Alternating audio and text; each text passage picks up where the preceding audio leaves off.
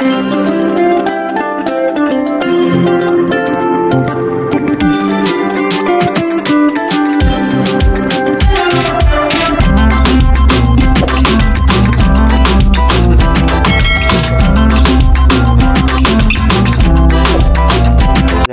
another lagumang pagsusulit sa Filipino 4, ikatlong quarter, baitang 4.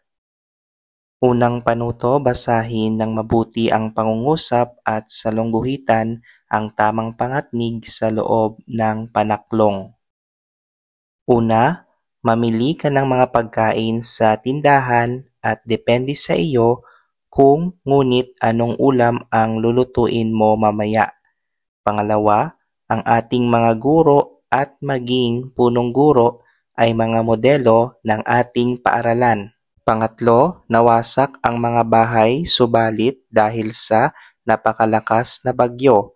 Apat, naniniwala ako na merong himala pero ngunit mas naniniwala ako sa kapangyarihan ng may kapal. 5, ano ba ang gusto mong laruan?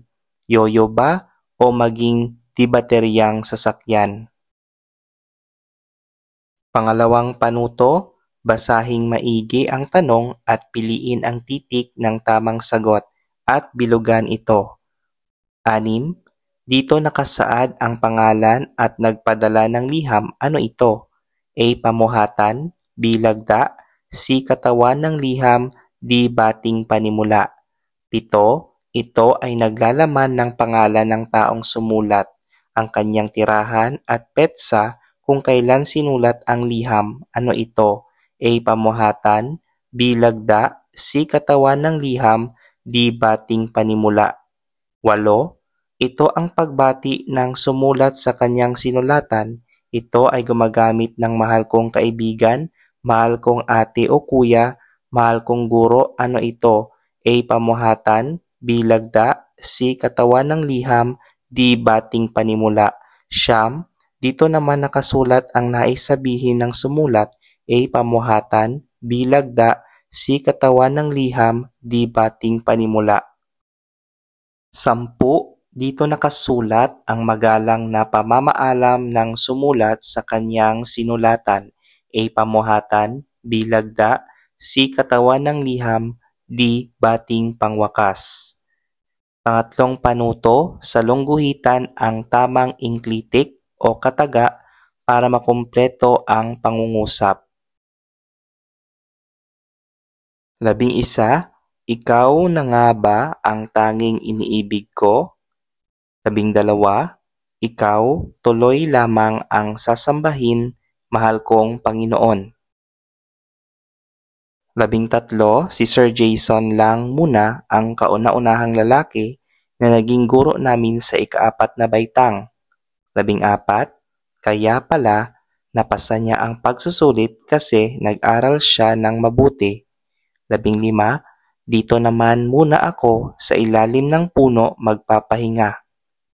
4 na panuto, tukuyin kung ang pahayag ay nagsasabi ng katotohanan o opinyon. Isulat ang kumpletong sagot, sapat lang. 16, sa tingin ko nagawa niya lang yon para hindi siya mapagalitan ng kanyang mga magulang. 17, batay sa resulta ng pag-aaral, mas mainam na walang mga dekorasyon ang makikita sa loob ng silid-aralan para ang mga mag-aaral ay nakapokus sa guro at kanyang mga tinuturo. 18, sa palagay ko mas mabuti na magpagawa ako ng 2 bahay para meron akong bahay dito at doon sa lugar nila. 19, ayon sa tekstong nabasa ko, si Heidelin Diaz ay nakauwi ng gold medal dahil sa kanyang pagkapanalo sa Olympics. 20, batay sa resulta ng pag-aaral, nakakatulong ang mga herbal na gamot sa mga karamdaman at mga sakit na ating nararanasan. 21, maraming taong namamatay at napipinsala ng bawal na gamot. 22, ang edukasyon ang solusyon sa kahirapan.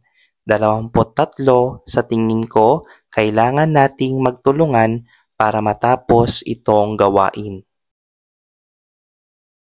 24 ang mga batang naglalaro ng Mobile Legends palagi ay nagiging addict sa paglalaro.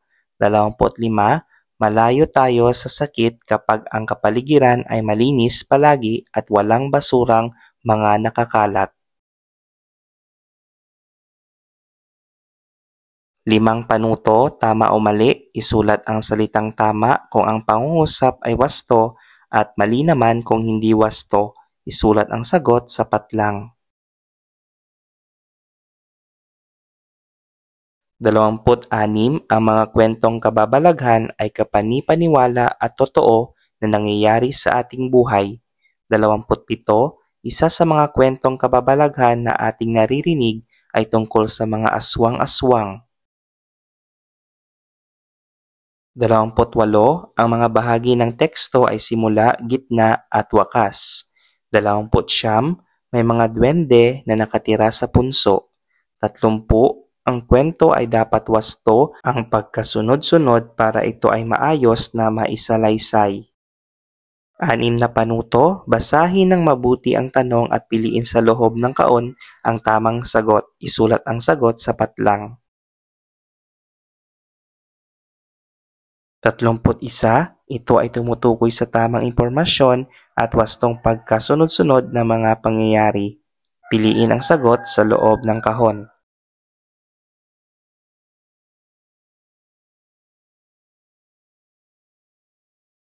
32, ito naman ay tumutukoy sa mga hitsura, noo, bibig at kilay. 33, ito ay tumutukoy sa angkop na paksa at kawili-wili sa mga tagapakinig. 34, ito ay tumutukoy sa hina at lakas ng tinig, bigkas ng mga salita. 35, ito ay tumutukoy sa kilos ng katawan, hakbang ng mga paa, galaw ng ulo at balikat at kumpas ng mga kamay. 7 panuto, gumawa ng sariling kwento gamit ang bahagi ng teksto, simula, gitna, wakas. Pumili ng pamagat sa ibaba. Ito ay 36 hanggang 40. Ito yung mga pamagat. Una, ang aking karanasan sa paaralan. Pangalawa, ang paborito kong pagkain. Pangatlo, ang aking mga ginagawa sa paaralan. At ito naman yung format.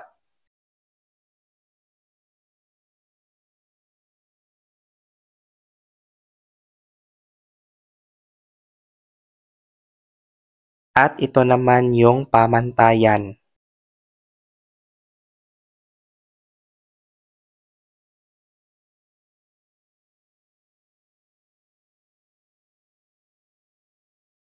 Ito naman yung susi sa pagwawasto. Una kung 2 at 3 dahil sa 4 ngunit 5o, 6b, 7a, 8d, 9c, 10d, 11 nga, 12 lamang, 13 lang, 14 kaya, 15 muna, 16 opinyon, 17 katotohanan, 18 opinyon, 19, 20 katotohanan. 21 katotohanan, 22 katotohanan, 23 opinyon, 24 hanggang 25 katotohanan, 26 mali, 27 tama, 28 tama, 29 mali, 30 tama, 31 ganap na kaalaman, 32 tamang ekspresyon ng mukha, 33 angkop ng kwento, 34 akmang tinig, 35 akmang kilos. Ito naman yung talaan ng espesipikasyon o kilalang TOS.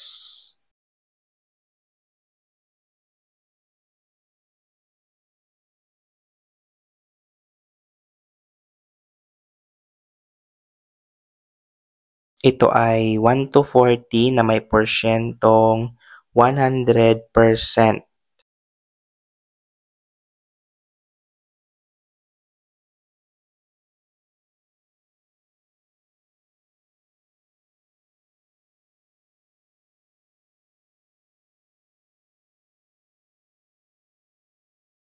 Hanggang dito na lang tayo mga guys. Salamat sa panonood ng aking ginawang exam sa Filipino 4. Huwag kalimutang mag-subscribe at i-hit ang notification bell para updated sa mga videos na aking pinopost.